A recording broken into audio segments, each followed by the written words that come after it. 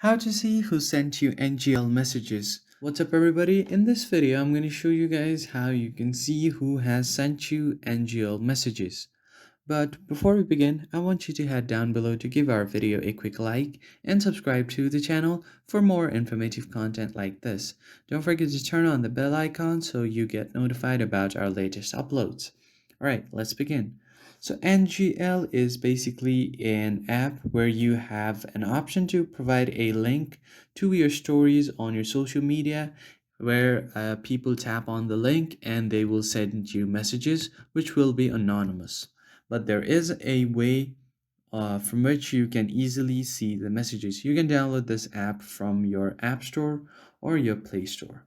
So here you can connect your Instagram, your X or Twitter account, and many more. So I've currently connected my Instagram account to this app, and once you post this message, so as you can see, I am just gonna open up my Instagram right here. I have set a message right here, posting the link, and I'm guessing some people have messaged me, which right here on the inbox. So as you can see here, someone has texted me, but if you want to see who sent this, you can just tap on it and you will have to subscribe to a premium pack where it is only 99 cents per week, and you can tap on unlock and add your details. So once you do that, you should be able to see who sent this message and they will no longer be anonymous, but you can still view all of the messages that has been sent to you like this.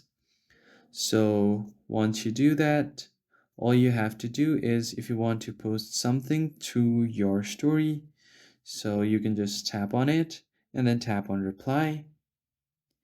And once you do this, you can just adjust it wherever you want and then reply to the text like so, and then post it to your story.